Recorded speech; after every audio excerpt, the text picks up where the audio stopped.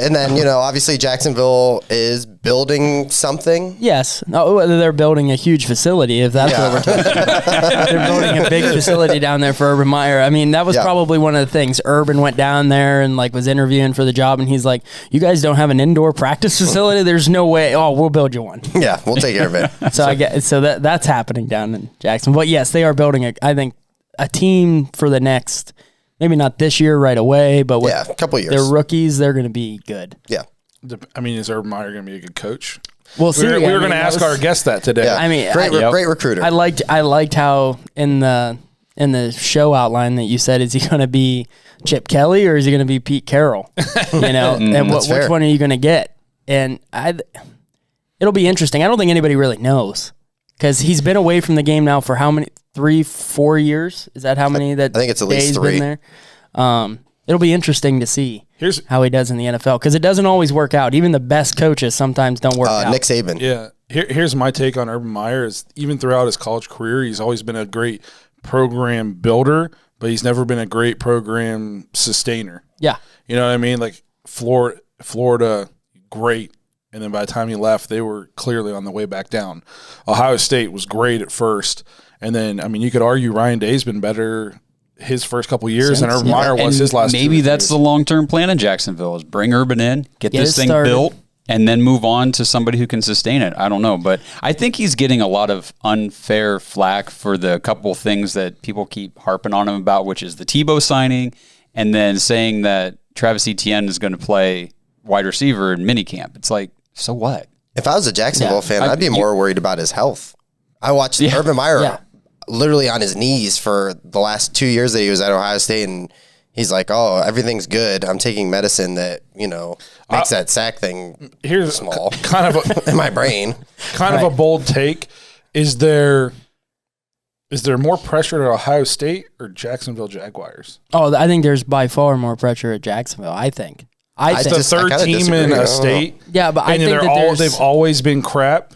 I mean, when Meyer first came to Ohio State, I think the pressure was high because, correct me if I'm wrong, we had just come off the Luke Fickell interim, right? The little bridge season, and we couldn't make the playoffs, but we went undefeated that first year Urban came in. So I would argue that Ohio State... There was no playoffs his first year. Or, I'm sorry, we couldn't make a bowl game. Yeah. You're playing in Jim Trussell's shadow. Here's my reasoning saying the pressure's higher at Ohio State than it is at Jacksonville, okay? At Ohio State, it's championship or bust every year.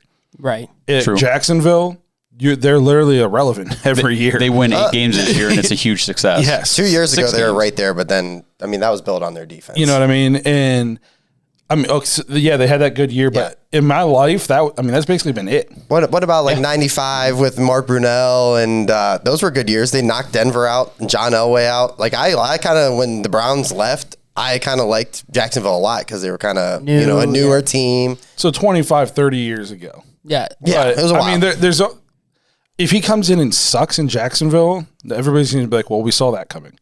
Yeah, you know what I mean. So I just don't see him having that much pressure. I don't know if it's a pressure as much on the team that they that he's supposed to turn this team around. I think it might be just the pressure of this is kind of his end of his legacy. What do you want do you have that type of a pressure of okay, I can either turn this thing around and everybody's going to look at me as one of the greatest program builders, which they do in college, but now I was able to do it in the NFL and I've been successful here. What kind of legacy does that leave behind, or is he just that next college coach that couldn't cut it in the NFL? Yeah, but I mean, does it really hurt his legacy?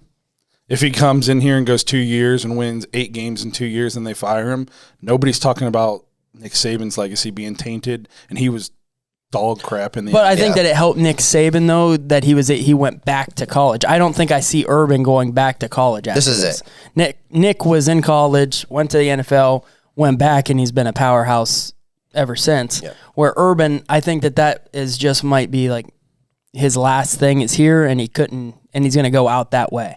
If he goes out like he did at Ohio State, everybody, nobody talks bad about him at all. If he comes back here, well, that'll be the last reminder, last thing that you'll think of is, he didn't make it in Jacksonville.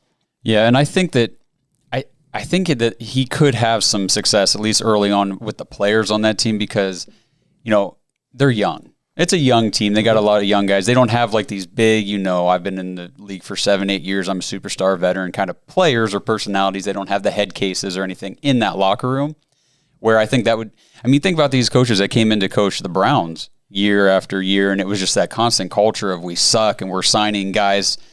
Just it's kind of like their last stop before they retire. They're dogging on the field. They don't want to play. It was just bad culture altogether. Yep. But they don't have that right now in Jacksonville. And I think to be able to establish that team this year and next year, I think it's set up for him to have success. Yeah, I agree with that. That's fair. Jacksonville, if there's any fans, you guys got a lot of things to look forward to. Even if Urban doesn't work out, and you're still going to have Trevor Lawrence for the next 5-6 years. You got Travis Etienne. You have James Robinson that I think a lot of people forget about. Yeah. Mm-hmm. Of like when they came out and said that Etienne might have to play some at wide receiver. That's because you want to try to get both those guys on the field as much as you can. When they made that pick, I was very confused because I was like, man, obviously Etienne is a stud. And he's great, but you already had that guy. You already had the running back. Right. And the Tebow thing, I think that, was it Urban maybe looking out for Tebow over drinks, at their, in their backyard barbecue because they're neighbors. Tim, come on, I'll give you a shot. But hey, I'll tell you, from what you hear, it seems like he's got like a 50-50 chance of making the team. You look at their tight end room. I know I was talking to Blake the other day about it, and there's nobody. I think O'Shaughnessy, and there was one other name that was on there that we're like, who? So Tebow has a chance, he's selling jerseys. He's going to be they're probably going to be Hard Knocks because of everything going on. Yeah. So as the team, you're like, hey, do we give this guy a roster spot? Who cares if he's our third string tight end and plays special teams or has to throw a block on a punt? Yeah. People will be like, well, he's taking the spot. He's taking the spot of what, your 6th or 7th corner? He's probably never going to see the field anyways. Right. Yeah. So and he's just that good like mentor persona to have in the locker room with Trevor Lawrence. Even if he's only here for this period of the summer and they cut him before, in the preseason, whatever, they got him in there whenever Trevor Lawrence came in rookie minicamp and these OTAs. That's got to be a huge, because I've seen the comments Trevor's made about Tebow and like just love having him in the locker room with me, love him being around. So. And here's my thing: if you're complaining because Tim Tebow's taking the spot from somebody who's been working for this his whole life, well, then beat out Tim Tebow. Right. Like he's not. If he makes the rosters because he was better than you, right? So tough.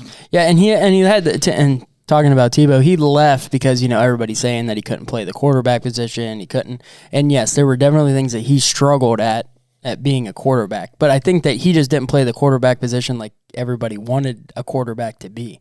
The guy took Denver, turned them around. Took him to the playoffs, knocked the Steelers out. Yep. He's got an 8-6 record as a starting quarterback, with 17-9 interceptions, 17 touchdowns. Isn't great, but I don't think that he was just knocked about everything off the field and that he couldn't be a quarterback. He just wasn't the quarterback everybody wanted. He wasn't Patrick Mahomes, but he never said that he was going to be Patrick Mahomes. You know who he was? He's just slower Lamar Jackson. Yeah. Yep. Neither one of them can throw, and they can both run. Now, obviously, Lamar's more electric when he runs, and Tebow's more of like a bruiser. Mm-hmm. But at the end of the day, they were kind of used in the same way, especially Tebow, because that was years ago before the running quarterback was really like the thing. Yeah. But okay, so look at Terrell Pryor had his opportunity at quarterback, sucked. Switched to wide receiver, got an opportunity there too with a couple different teams. Yep. Right. Logan Thomas came in as a quarterback. Now he's the tight end for the Washington football team. So he's good. And he's good. So, these guys, just because you come into the league as a quarterback or whatever position, if it doesn't work out, doesn't mean you're done. Right. But it's how hard are you willing to work to improve yourself, to switch to a different position, to get another shot. And I don't know if he's going to be good or not, but dude looks jacked. Yeah, he's huge. He doesn't look like quarterback Tim Tebow. And I don't think anybody's coming in and saying that like he's going to go to Jacksonville and be Jimmy Graham. No. I don't think those aren't the expectations that I don't think that anybody's realistically having. No. But can he be a guy that might, catch a crucial 3rd and 2, for first down here and there or on the goal line? You have some type of package where you can He's still going to, even though he can throw the ball 2 yards if he's on the goal line, a little Tebow jump pass type of a thing. It's just a wrinkle in the offense that you have.